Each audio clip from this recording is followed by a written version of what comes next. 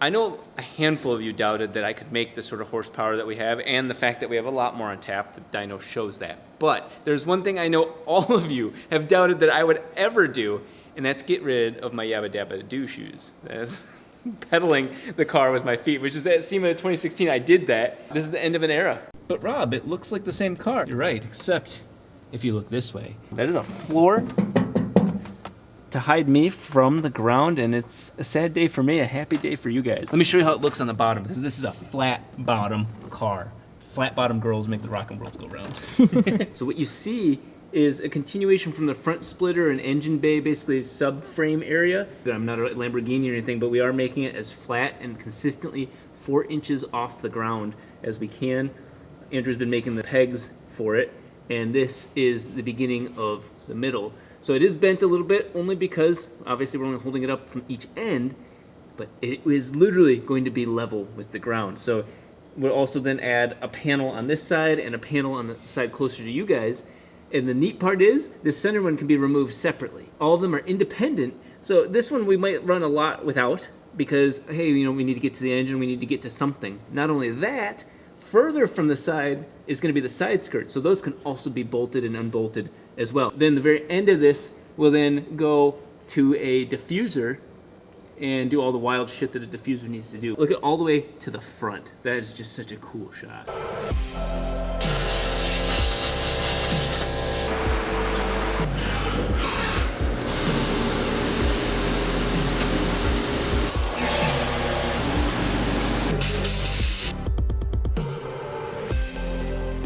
One of the things I've learned, guys, this is gonna sound so dumb and school-like, but it's all in the prep work. This last one just turned out perfect because of just preparing the surfaces, getting them as close as possible. You don't have to try and be good at welding, you just weld.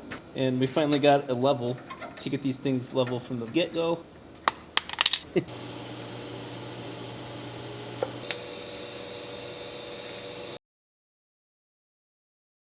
I just want to point out that this is very serious to me. Normally I'm goofing around, but the reason why I take this one very seriously is because this is the chassis of the car. So I'm not trying to penetrate the chassis. I'm actually trying to go light and just simply melt the tip of that, because that is 120 wall, so 0.12 inches thick.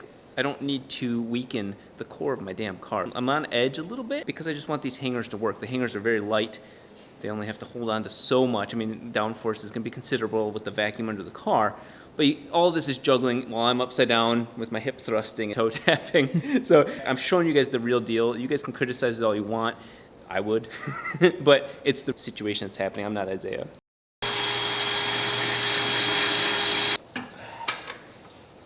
While we struggle on putting on the flat bottom of the 4-rotor, I want to pull my hair out. And thanks to Keeps, I can. 2 out of every 3 guys experience some sort of male pattern baldness by the age of 35. I'm close to 37 now, and I'm doing great thanks to Keeps. Keeps focuses on preventing hair loss, which is one of the greatest things for me, is I'm so focused on doing other things. It's nice to have something actively preventing hair loss while I'm doing everything else.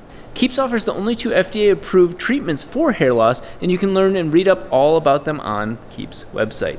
If you're interested in learning more about hair loss prevention, go to keeps.com/RobDahm to learn more. Not only that, there's also special savings if you go to keeps.com/RobDahm. Now back to the video. This is when my life gets weird. My bathroom started making a weird noise one night, and I came out here. What you're about to see is going to be hilarious. There's a reason there's duct tape there. Excuse me, got a little treat for you. Yeah, you got stuck down there, didn't you? Did this to yourself. I put the duct tape on that hole because I thought, okay, I don't need rats trying to get water. I didn't realize he didn't have a way back out. He was hiding from me. There you go. You're a wild animal. You're not a pet. It took about a half hour of staring him down, and he finally decided, he's like, shit, I have to come out. Hey there, little buddy. Come here.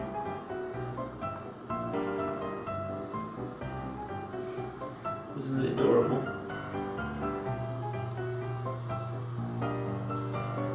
You did this to yourself.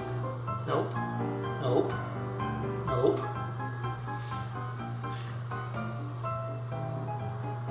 Yeah, hey, come on. There you go.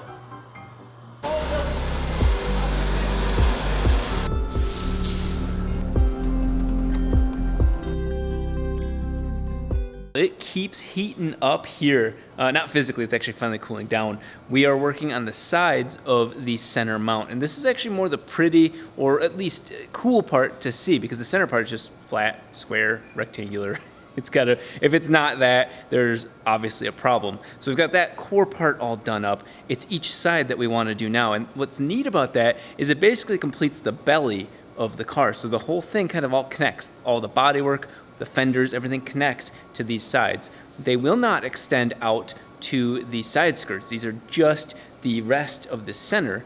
Let me show you what I'm talking about. Well, this would be awesome, and it looks kind of like what I'm thinking for the side skirt.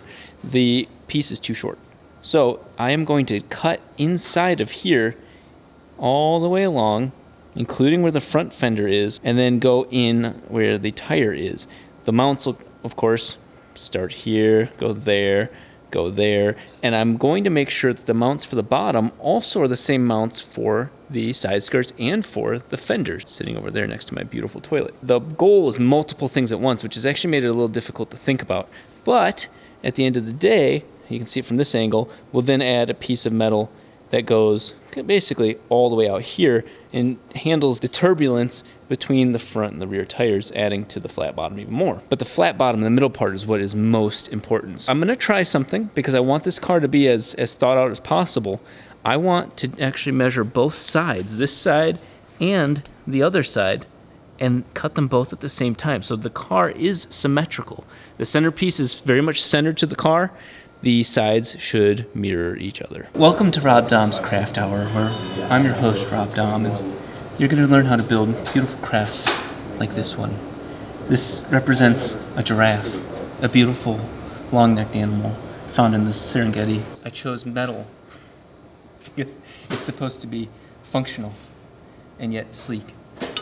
Really, this thing is actually probably one of the most useful tools I've ever created, and I am pretty damn proud of it. It's very simple. The goal here is to get the height of the flat bottom floor. We're having too many problems with the height and angles and all that sort of thing, so we went right down to this.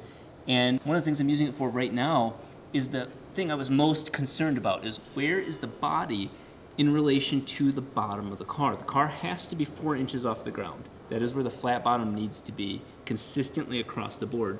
So when you look at it, this couldn't have been better planned. This was completely on accident. It's the Rocket Bunny kit, the way it was put on here. But it actually is almost exactly in line with where I want to have it. I want the flat bottom on, and then the body to bolt onto it. We know all the way back here. I knew that this part kind of slopes down, and it hits. That one was easy. But here, this is where I'm very, very happy. So you're thinking, well, that's stupid, Rob. You're gonna be crushing this up. No, I want this, you can hear it, but you get the idea. It's inside of the body. So when we cut this side panel, it's actually going to be sitting inside of this, and then when we bolt the things together, all of this will be rigid. It'll all be contained within itself. So I'm very happy. And so we'll make the panel that wide here, and so on down the side of the car. That part makes sense. Let's grab the fender and finish the equation. I need to know how far forward to take this. A lot of people don't realize this is actually the right foundation for this car for body work. The stock FD body actually ends right in here, and the stock fender, currently how the fender bolts on, you actually have to go around the Rocket Bunny kit, do like the snake, and then screw it on from there. But we are gonna have a full body going to the bottom here, and that's going to be where the flat bottom bolts inside. So, ignore the exhaust for a second, and I will acknowledge that this is gonna probably come out a little bit more, something along those lines here. The idea is still the same, that we now know the flat bottom is really gonna come out where I want it, all the way out into here. Again, you can see this part, just like the rear droops down, and I do like that because a flat bottom is in a straight line, and I don't want straight lines on this car. One of the areas I'm a little concerned about is this here, because I hate the Rocket Bunny jawless look to this. It does answer some design lines, honestly, that you can't fill this in. It looks like complete shit, and it stops looking like an FD. It's easy to critique the Rocket Bunny, but it's not easy to necessarily come up with a simpler, better solution that doesn't have straight lines. We do know that the flat bottom piece is going to come to somewhere in here, We'll probably square it out for the tire. No surprise, this bar is here. It'll mount and begin all the way back there. So we'll probably cut it long off of this. We're gonna just trim it down and then bring it out in there. So I'm gonna take measurements on this one, take measurements on the other one, compare the two, see if the body itself has some problems, and then put them together and cut them and see what happens. One of the issues I noticed right as soon as I finished that last shot is there's ribbing. There is actually some inside of this, and it's not for my pleasure. I don't need that type of ribbing. I'm going to cut a lot of that out. That means more flimsy. So what I'm going to do is suggest that we use kind of those rib nuts or whatever you call them. Nuts. We'll use a lot of these. Those are little M6s, and we'll hold the body directly to the flat bottom. So that's a win for me. And again, we'll learn more about how we want to mount everything together. But this is semi-temporary, but way more solid than the way it is now. So everything will connect. Ugh. That's the best way to put it. What we're gonna actually do is trim out this area, so then the panel could sit on there.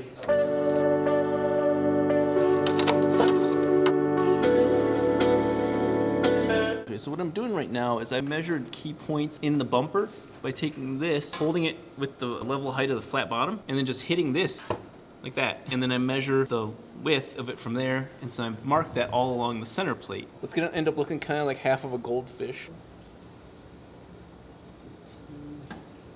Yeah, this is what I do to build a $500,000 race car, is this sort of stuff. Actually, I can use these data points though for CAD to draw up this shape, but what we're actually seeing is that it gets really wide right in front of the rear tire. It starts shrinking as it should, and then it stays 13.5 inches wide for quite a distance, almost 2 feet. So it basically just shrinks and then holds, and then it's gonna start flaring back out a little bit.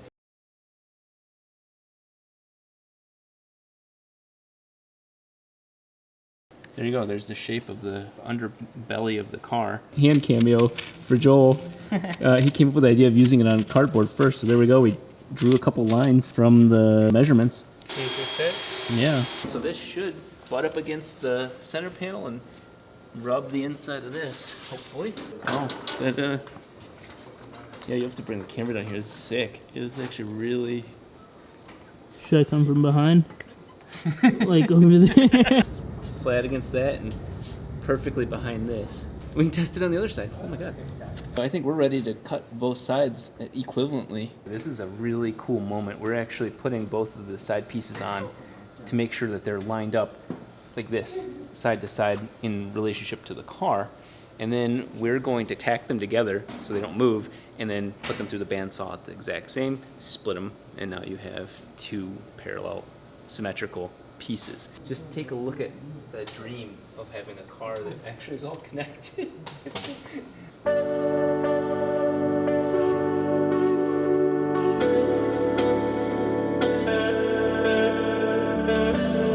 Now that we have both of them figured out, we're actually going to end up moving these holes because they were off in the rear where one and the other touched the tire basically.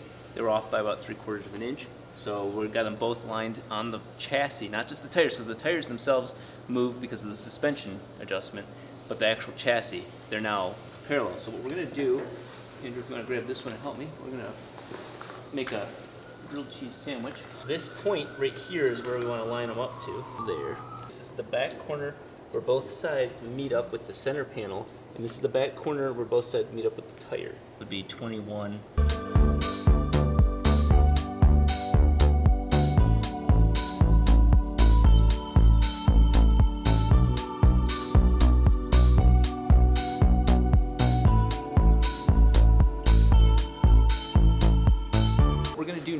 Is tack these together just in a couple of real small spots so that they can hold together, and then we're just gonna run them both through the bandsaw.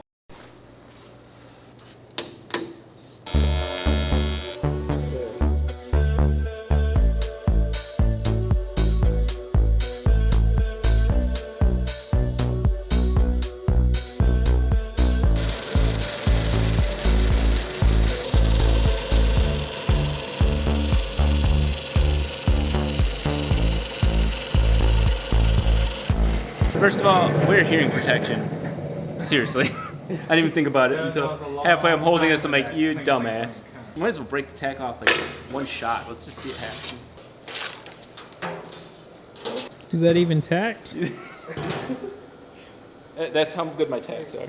This drives me nuts. In the comments, gloves or no gloves? Yes, I get no gloves on the mill, which still ends up cutting the shit out of my hands. At what circumstances do you guys use gloves and not? For real, not the internet, but for real. When do you guys wear gloves? Because I tend to like wearing gloves, and then now I have sparkles I didn't want. It's pretty. We might need to clearance a little bit more in the body kit, but we're gonna put that on there and then bolt the last 2 or 3 bolts on this side and see how this looks. So slide up under there. It needed to be cut more. Okay. So There we go. Right side of there. Well, we can put the fender on and see this whole side. But sitting in this thing is gonna sound so different. Wow, that is so sick. It makes all of this much more firm now instead of just some shitty body kit. That was measured from the other side, and I left that extra line right here. This is all extra just in case, you know, whatever. Wow, I got really close on that. We have plenty more work to do, but that's not the point. The point is that we have a major victory. This is, as you can see, our work is finally combining the body work and functionality. I can't say it enough. I am so happy with where this is going. The flat bottom is on. It's minimum number of bolts. And we've got more to put on tomorrow for all this outer area, but oh my God, it is so sick. And you can actually see where the things are folding over and everything's gonna be bolted together, and you can feel it. You can feel the car just feels so much more solid, but the bottom though, I just want to stay here forever.